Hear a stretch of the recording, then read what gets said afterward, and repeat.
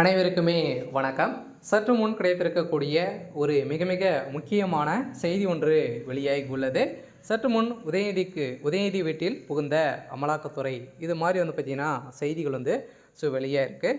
அனைவருக்குமே தெரியும், உதயநிதி ஸ்டாலின் பார்த்தீங்கன்னா துணை முதல்வர் ஆனதுலேருந்தே அவர் மீது பார்த்தீங்கன்னா நிறைய விதமான புகார்கள் இருந்திருக்கு. இந்த புகாரின் அடிப்படையிலும் இப்போ அதிரடியாக ஏற்கனவே இந்திய வரலாற்றிலே முதல் முறையாக பார்த்தீங்கன்னா தமிழகத்தில் டாஸ்மாக் உடைய நிறுவனத்தில் நடந்த ரைடின் அடிப்படையில் திமுக ஆட்சியில் நடந்த ஒரு மிகப்பெரிய ஊழலின் அடிப்படையிலும், அதே மாதிரி பார்த்தீங்கன்னா இப்போ சிஏஜி அதிகாரிகள் நடத்திய சோதனையின் அடிப்படையிலும் ஒரு மிகப்பெரிய ஊழல் திமுக ஆட்சியில் நடந்திருக்கு அப்படின்ற மாதிரி பார்த்தீங்கன்னா ஒரு செய்தி கிடைக்கப்பட்டிருக்கக்கூடிய நிலையில் இப்போ அதிரடியாக இன்று காலை உதயநிதியுடைய துணை முதல்வர் உதயநிதி ஸ்டாலினுடைய வீட்டில் அதிரடியாக அமலாக்கத்துறை ரைடுகள் நடத்தியிருக்காங்க. பார்த்தீங்கன்னா இப்போ உதயநிதி ஸ்டாலின் அமலாக்கத்துறை கஸ்டடியில் தான் இருக்கார்.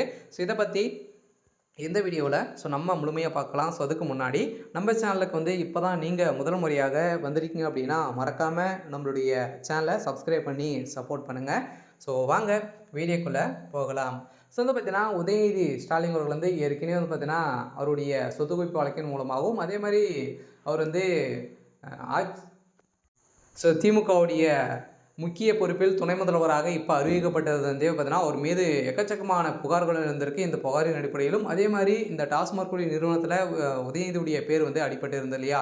உதயநிதி நயன்தாரா என்ற பேரில் பார்த்தீங்கன்னா எக்கச்சக்கமான சொத்து குவிப்பு வாங்கியிருக்காங்க. இந்த டைமில் பார்த்தீங்கன்னா நடந்த ஊழலின் அடிப்படையில் கணக்கெடுத்தின் அடிப்படையில் பார்த்தீங்கன்னா நிறைய சொத்துக்களை வாங்கியிருக்காரு அப்படின்றத பார்த்தீங்கன்னா இப்போ தகவல் வெளியிருக்கு. இந்த தகவலின் அடிப்படையிலும் அதே மாதிரி செந்தில் பாலாஜி அவர்கள் கொடுத்த வாக்குமூலத்தின் அடிப்படையிலும் இப்போ உதயநிதியுடைய வீட்டில் திடீர்னு பார்த்தீங்கன்னா இன்று காலை அமலாக்கத்துறை ரைடு நடத்தியிருக்காங்க. இப்போ 2026 தேர்தல் வரப்போகுது. அந்த தேர்தலுக்காகவும் பார்த்தீங்கன்னா ஒரு மிகப்பெரிய திமுக ஊழல் செஞ்சுட்டு இருக்காங்க. மக்கள் திட்டங்களை பார்த்தீங்கன்னா அந்த திட்டத்தில் நிறைய விதமான மறைமுகமான ஊழல்கள்லாம் பார்த்தீங்கன்னா இதில் நடந்துகிட்டு இருக்குது அப்படின்றத புகார் எழுந்திருக்கு. இந்த புகாரின் அடிப்படையிலும் அதே மாதிரி பார்த்தீங்கன்னா மக்களிடையே கேட்கப்பட்ட கேள்விகளுக்கு நிறைய பேர் பார்த்தீங்கன்னா இந்த ஆட்சி மீது நிறைய புகார்கள் தெரிவித்து வரும் நிலையை தான் இப்போ அதிரடியாக பார்த்தீங்கன்னா உதயநிதி ஸ்டாலின் அவருடைய வீட்டில் இன்று காலை ரைடு நடந்திருக்கு. இந்த ரைடின் அடிப்படையில் தொடர்ந்து பார்த்தீங்கன்னா 2-3 நாட்களாகவே ரைடுகள் நடக்கும் அப்படின்ற மாதிரி